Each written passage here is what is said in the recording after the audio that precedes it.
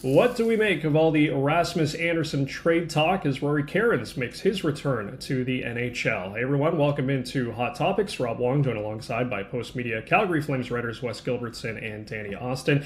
And guys, there was a lot of trade rumor talk involving Rasmus Andersson and the Maple Leafs on Thursday. I would say all of it coming out of Toronto, not even most of it, but all of it coming out of Toronto. So don't shoot the messenger on this one, just passing it along. It's not the first time that we've heard these types of things. Wes, what was going through your mind when you heard the latest rumblings? Well, for starters, this is not the last and from any city that we're going to hear of Rasmus Andersson trade rumors. We all know he's a pending restricted free agent at the end of the season. We know the direction that the last place Flames are going to ultimately need to go in advance of the trade deadline. And so you can sort of buckle in for your weekly or daily diet of Rasmus Andersson trade rumors. I do, I wonder about this one. Danny and I worked around Maple Leafs GM Brad Treliving, and in his time in Calgary, we know how much he respects and appreciates Rasmus Andersson as a defenseman, and so I'm not surprised that Brad would be interested in a reunion. I don't know that Craig Conroy is super keen to do business with his old boss, and that's not a grudge thing. I just think, you typically don't see, a lot of trades between former coworkers because you're kind of afraid you might be missing something. And I also don't know that the Toronto Maple Leafs, having really dipped into their prospect pool and their draft picks to get to the point that they are now, have a whole lot to offer the Flames to make a deal like this make sense. Yeah, I mean, it was the least surprising trade rumor of the season. The Calgary defenseman going to Toronto next, or maybe not next, but eventually pipeline, TJ Brody, Giordano, Tanev. Like, this is just kind of how it goes. And we know Brad Treliving loves Rasmus Anderson. As Wes said, I just don't think that the Leafs really have the assets, and I don't think the Flames are necessarily in a huge rush to take the first offer. So, they're going to see what's out there, and I just think they're going to get better offers from other teams, and that's what they'll eventually take. You could potentially, if you were making a deal with the Leafs, like look for a first round pick that's down the line and count on the Leafs windows sort of ending soon enough and that first round pick becoming pretty good in 4 or 5 years.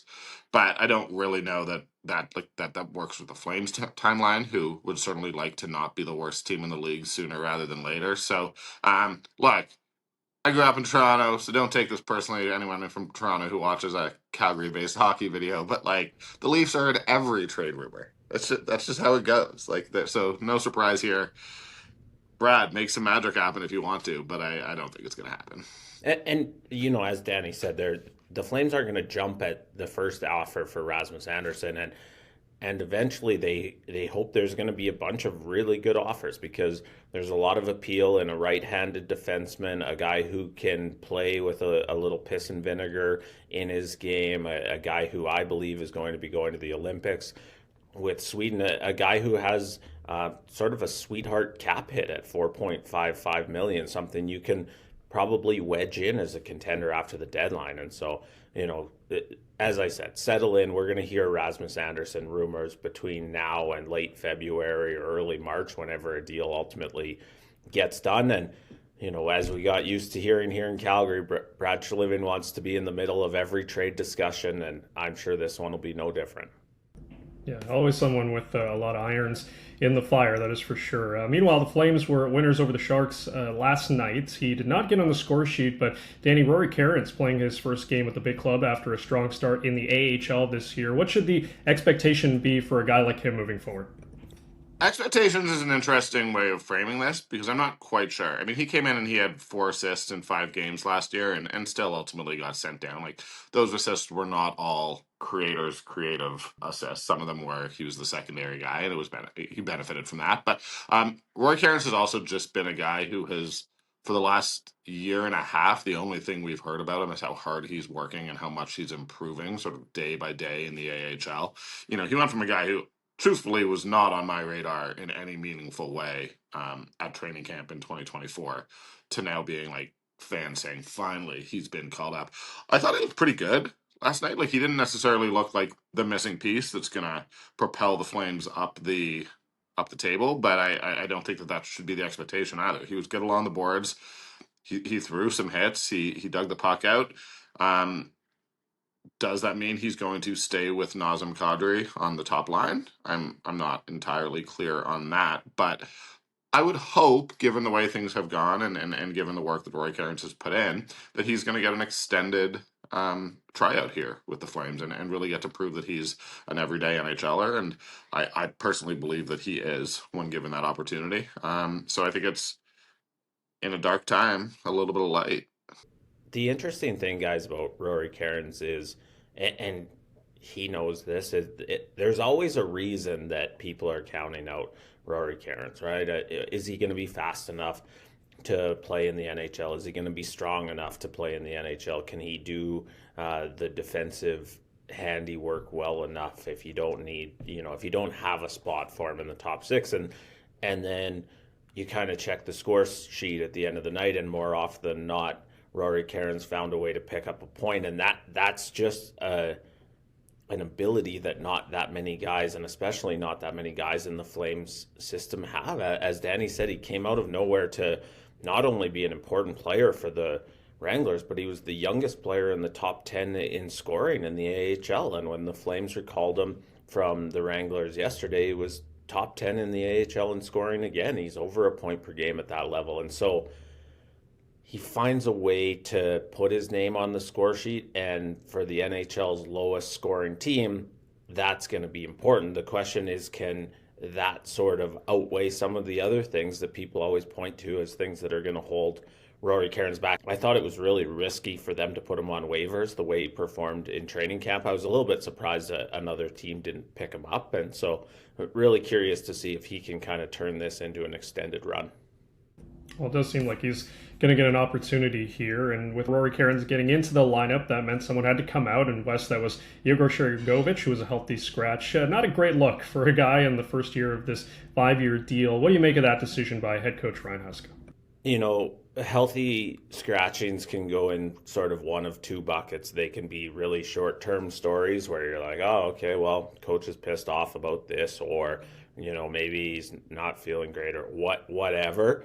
And then there's, the big picture healthy scratches where you go, oh, okay, now you've got a guy in the first few months of a 5-year, $28.75 million contract extension who's been healthy scratched 3 times already by the Flames. It's, I think Ryan Huska is doing his best to hide the fact that he's at the end of his rope with Yegor Sharangovich, but he's clearly sick of having to pester or plead or whatever with Yegor Sharangovich to have his competitiveness level at sort of the NHL standard. If you go watch the shift from Tuesday in St. Louis that got Yegor Sharangovich benched, you kind of, you watch that shift back and your takeaway is, oh, well, now I know why he's in the doghouse. Of course, I don't know if the coach is most pissed off about the lazy back check or most pissed off about the lazy route to the guy who eventually scores the goal, but it's probably both. And so, yeah, I could see him sitting for a few games, but I just don't know. I guess big picture, I don't know where this goes. You've got a guy signed for the next 5 years. He's got one of the best shots on the team. You're counting on him to be one of those guys who can put the puck in the net, and I really wonder how both sides are going to try to salvage this scenario. Yeah, if Tree Living wants to take on Yegor's contract, he might be able to get that Rasmus deal done. I think West did a really, really good job of summing it up. But, I mean, for people who haven't been watching closely, Yegor Sharangovich has been bad. I don't want to say the word useless, but, I don't really see what his utility is for this team. He's not scoring or producing on any level like a top 6 forward. And he can't really play on the fourth line. He doesn't have the competitive edge. So, frankly, I think that it is right that he's not in the lineup because he's not doing anything for the Flames. And if I'm being real, I don't think that I've seen the personal accountability that I've seen from some of the other underperforming players. He may just be better at hiding it. I feel bad. A Belarusian guy without great English, he may not be super willing to go out in the media and say, "Oh, I need to be better. I need to be better. Here's what's wrong with my game." And we have seen that from guys like Matt Coronado and Connor Zary. But you're still not seeing it. You're still not seeing him take accountability for his lack of performance, and just strictly from a who's playing well, who's not. He's not one of their 12 best forwards, in my opinion, right now. So, no, he shouldn't be in the lineup. And it's good to see Ryan Huska being empowered to take guys who are making a lot of money out and give young guys a shot. Yeah, really difficult position the Flames are in here with Sharangovich, and as Wes points out, what's the end game here? I guess we're going to find out over the next little while. As always, leave your thoughts in the comment section below. For Wes Gilbertson, Danny Austin, I'm Rob Wong. Thanks for watching, and we'll talk to you next time.